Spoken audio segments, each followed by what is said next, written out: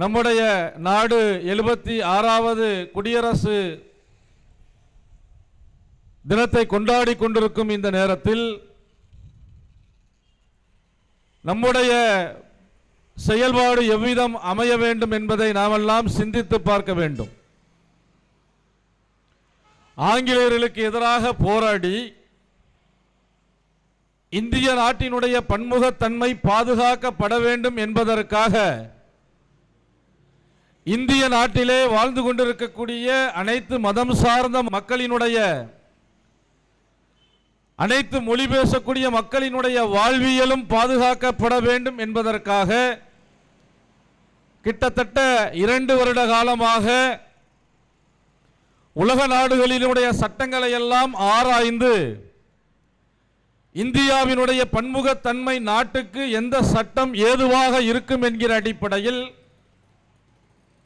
அண்ணல் அம்பேத்கர் அவர்கள் முன் வரைவு கொடுத்த ஒரு அரசியல் அமைப்பு சட்டம் இந்தியாவினுடைய குடியரசு சட்டமாக நிறைவேற்றப்பட்ட நாள்தான் இந்த குடியரசு தின நாள். அதைத்தான் நாம் கொண்டாடி கொண்டிருக்கிறோம். இந்தியா சுதந்திரம் அடைந்து விட்டது. இந்திய மக்கள் தங்களுக்கான வாழ்வியல் சட்டத்தை, உரிமை சட்டத்தை அவர்களாகவே தொகுத்து அவர்கள் அதை பயன்படுத்தப்பட வேண்டும் என்பதுதான் இந்த அரசியலமைப்பு சட்டத்தினுடைய நோக்கம்.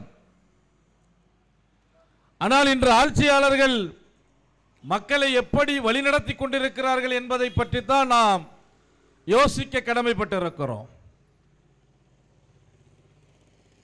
ராஜேந்திர பிரசாத் அவர்களுடைய தலைமையில் அமைக்கப்பட்ட அந்த குழு இந்த நாட்டுக்கென ஒரு அமைப்பு சட்டத்தை உருவாக்கிய அம்பேத்கர் அவர்களுடைய வழிகாட்டுதலின் அடிப்படையில் இந்த நாடும் இந்த நாட்டினுடைய ஆட்சியாளர்களும் மக்களை வழிநடத்துகிறார்களா என்றால் அது மிக பெரும் கேள்விக்குறியாக இருந்து கொண்டிருக்கிறது. கேள்விக்குறி என்பதை தாண்டி நம்முடைய நாடு பல இன்னுயிர்களை, லட்சக்கணக்கான உயிர்களை தியாகம் செய்து சுதந்திரம் அடைந்த இந்த நாடு அரசியல் அமைப்பு சட்டத்தை அமுல்படுத்துவதற்கு பதிலாக ஆர்எஸ்எஸ் சட்டங்களை அமுல்படுத்துவதை நோக்கி இந்த இந்தியா விரைந்து கொண்டிருக்கிறது. கோல்வால்கரும் சாவர்கரும் இந்த இந்தியா எப்படி இருக்க வேண்டும் என்று விரும்பினார்களோ, இஸ்லாமியர்கள் இல்லாத இந்தியா, கிறிஸ்தவர்கள் இல்லாத இந்தியா, ஒடுக்கப்பட்ட மக்கள் இல்லாத இந்தியா, அல்லது உயர் ஜாதி வகுப்பினர் மட்டுமே இருந்து மற்றவர்கள் எல்லாம் அடிமையாக இருக்க வேண்டும் என்று கோல்வாக்கரும் சாவர்கரும் நினைத்த இந்தியாவை நோக்கி இன்றைய ஆட்சியாளர்கள் இந்த தேசத்தை வழிநடத்தி கொண்டிருக்கிறார்கள். அதை நாம் புரிந்து அம்பேத்கர் அவர்கள் உருவாக்கிய அரசியல் அமைப்பு சட்டத்தை அமுல்படுத்துவதற்கு இந்திய குடிமக்களாகிய நாம் அனைவரும் அணிதிரள வேண்டும். Social Democratic Party of India SDP கட்சியின் சார்பாக 76வது குடியரசு தின நாளிலே நிகழ்விலே இந்த இந்திய கொடியை ஏற்றி வைத்துவிட்டு கட்சியின் சார்பாக நான் உங்களுக்கு சொல்லக்கூடிய செய்தி என்னவென்றால், நாம் ரசித்து விரும்பி உருவாக்கிய இந்த தேசத்தினுடைய வேற்றுமையில் ஒற்றுமை என்ற பண்பாட்டை உறுதிப்படுத்தக்கூடிய அம்பேத்கர் அவர்களால் முன்மொழியப்பட்ட அரசியல் அமைப்பு சட்டம் உயிர் பெற வேண்டும். அம்பேத்கர் அவர்கள் இந்த சட்டத்தினுடைய முன் வரைவை கொடுத்துவிட்டு 1949 நவம்பர் 25ஆம் தேதி ஒரு உரை நிகழ்த்துகிறார்கள். அம்பேத்கர் பல்வேறு சிந்தனைகளை அந்த உரையிலே சொல்லுகிறார். அதிலே ஒரு சிந்தனையை நான் இந்த இடத்தில் உங்களிடத்திலே பரிமாறிக்கொள்ள விரும்புகிறேன். இந்த தேசத்திற்கு இப்பொழுது இந்த கருத்து பொருந்தும். அம்பேத்கரினுடைய அந்த பயம் இன்று தேசத்தினுடைய நிலையாக மாறிக்கொண்டிருக்கிறது. அம்பேத்கர் அவர்கள் சொன்னார், இந்தியா, இந்த நாடு குடியரசு நாடாக மாறி இருக்கிறது. குடியரசு சட்டங்கள் எல்லாம் அமுல்படுத்தவிருக்கிறது. ஆனாலும் இந்தியா எதிர்வரக்கூடிய காலங்களிலே குடியரசு தன்மையோடு நீடித்து இருக்குமா என்ற கேள்வி எனக்குள்ளே இருக்கிறது. அம்பேத்கர் சொல்றார், காரணம் என்னவென்றால் இந்திய அரசியல் எப்படிப்பட்டதாக இருக்கிறது என்றால் இங்கே தனிநபர் துதிபாடல் உலகத்தில் எங்கேயுமே இல்லாத அளவுக்கு இந்தியாவில் அரசியல் இருந்து கொண்டிருக்கிறது. தனிநபர் துதிபாடல் வீர வணக்கம் செலுத்தக்கூடியது, ஒரு நபரை ஹீரோவாக உயர்த்தக்கூடியது, பக்தி நிறைந்த நாடாக அரசியலாக இந்தியா இருக்கிறது.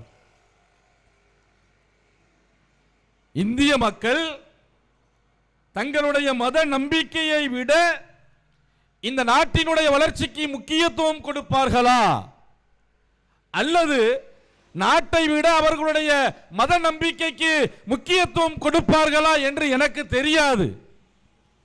அரசியல் கட்சிகள் நாட்டினுடைய வளர்ச்சியை விட, நாட்டினுடைய அரசமைப்பு சட்டத்தை விட மத கோட்பாடுகளுக்கு முக்கியத்துவம் கொடுப்பார்கள் என்றால் இந்த சுதந்திரம் சீரழியக்கூடிய நிலைமைக்கு மாறிவிடும்.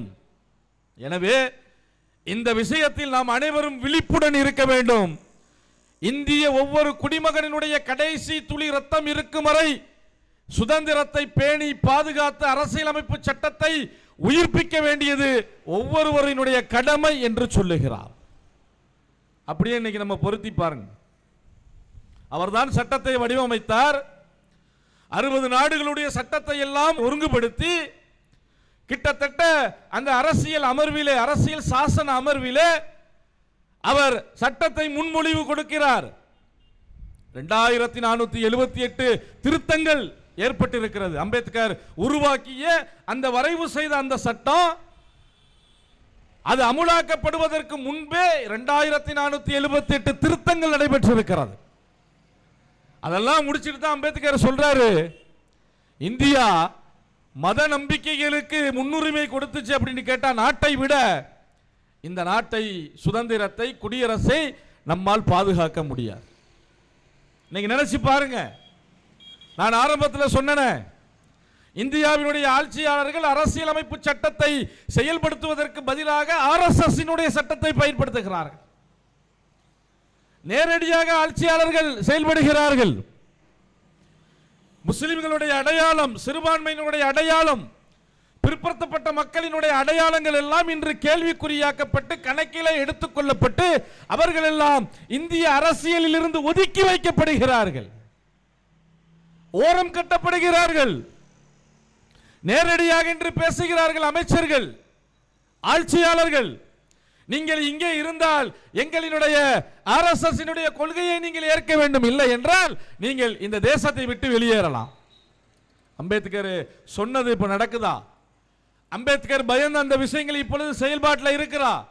ஆகவே இந்த குடியரசு தினத்திலே இந்திய குடிமக்களாகிய நாம் இந்தியாவினுடைய பண்பாட்டு தன்மையை, இந்தியாவினுடைய பன்முக தன்மையை உயிர்ப்பிக்க வேண்டும் என்று விரும்பக்கூடிய ஒவ்வொரு இந்திய குடிமகனும், அவன் முஸ்லிமாக இருந்தாலும், இந்துவாக இருந்தாலும், கிறிஸ்தவனாக இருந்தாலும், எந்த மொழி பேசக்கூடியவனாக இருந்தாலும், எந்த மாநிலத்திலே எத்தகைய வகுப்பை சார்ந்தவனாக இருந்தாலும், ஒவ்வொரு இந்திய குடிமகனினுடைய எண்ணமும் உறுதிமொழியும் இந்த நாடு அரசியலமைப்பு சட்டத்தால் ஆளப்பட வேண்டும் என்கிற எண்ணத்தை நோக்கி முன்னேற வேண்டும் என்பதை இந்த 76வது குடியரசு தின நிகழ்விலே, நாளிலே எஸ்டிபிஐ கட்சியின் சார்பாக நான் உங்களிடத்திலே முன்வைக்கிறேன். சுருக்கமாக ஒற்றை வரியில் சொல்லுவதாக என்றால், ஆங்கிலேயர்களை விரட்டிவிட்டு சுதந்திரம் அடைந்தோம், மக்கள் விரோத ஆட்சியாளர்களை விரட்டிவிட்டு அரசியல் அமைப்பு சட்டத்தை உயிர்ப்பிக்க வேண்டியது நம்முடைய கடமை. இதான் குடியரசு தின உறுதியேற்பு. ரொம்ப நீங்க நம்ம பெரிய சிந்தனைக்கெல்லாம் போக வேணாம், ரொம்ப யோசிக்க வேணாம். மக்கள் விரோத ஆட்சியாளர்கள், இந்திய அரசியல் அமைப்புக்கு எதிராக செயல்படக்கூடிய ஆட்சியாளர்கள், அவங்களை அகற்றிவிட்டால் போதும். மக்கள் ஆட்சியை, அரசியல் அமைப்பு சட்டத்தை நிலைநிறுத்தக்கூடியவர்கள் அதிகாரங்களை நோக்கி முன்னேற வேண்டும். அந்த அதிகாரங்களுக்காக மக்களை தயார்படுத்த வேண்டும். அந்த அதிகாரத்தை நோக்கி நாம் அனைவரும் அனைத்து வேறுபாடுகளையும் கடந்து ஒன்று சேர வேண்டும். எனது அருமை சமூக சொந்தங்களே, தொப்புள் கொடி உறவுகளே, இந்த கொடியேற்ற நிகழ்வு மூலமாக உங்களுக்கு நான் சொல்லக்கூடிய செய்தி அதுதான்.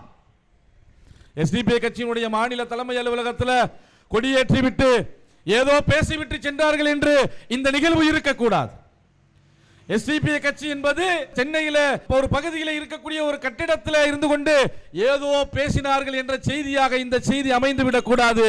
இந்தியாவினுடைய RSS அஸ்திவாரத்தை ஆட்டம் காண வைப்பதற்காக எஸ்டிபிஐ கட்சியினுடைய அலுவலகத்தில் எடுக்கப்பட்ட உறுதிமொழி சாசனமாக இந்த குடியரசு தின நிகழ்வு அமைய வேண்டும். இதை விட என்னங்க வேலை நமக்கு?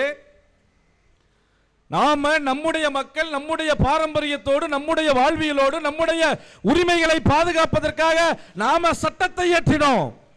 அந்த சட்டத்தையே நம்மால் பயன்படுத்த முடியவில்லை என்றால், அந்த சட்டம் நமக்கு பயன்பட முடியாத சூழலாக மாறுகிறது என்றால், நாம் செய்ய வேண்டியது அந்த சட்டத்திற்கு உயிர் கொடுப்பதற்கு நாம் தயாராக வேண்டும். அதைத்தான் நான் சொல்றேன். அதைத்தான் எஸ்டிபிஐ கட்சி தூரநோக்கு பார்வையாக முன்வைக்கிறது. எனவே எனதருமை இந்திய பெருமக்களே, தமிழ் சொந்தங்களே, இந்த நிகழ்விலே நாங்கள் உங்களுக்கு முன்வைக்கக்கூடிய இந்த கோரிக்கையை நீங்கள் உங்கள் சிந்தனையிலே ஏற்றி சுதந்திர தின நிகழ்வு கொடியேற்று மிட்டாய் கொடுத்து இனிப்பு வகைகள் கொடுத்து அல்லது நம்முடைய ஊடகங்களிலே புதிய புதிய திரைப்படங்களை பார்த்து அந்த கழிவுகளோடு நம்முடைய இந்த குடியரசு நாள் கடந்து விடாமல் நாம் செய்ய வேண்டிய கடமை என்ன? இந்த நாட்டுக்காக நாம் செய்ய வேண்டிய அர்ப்பணிப்பு என்ன?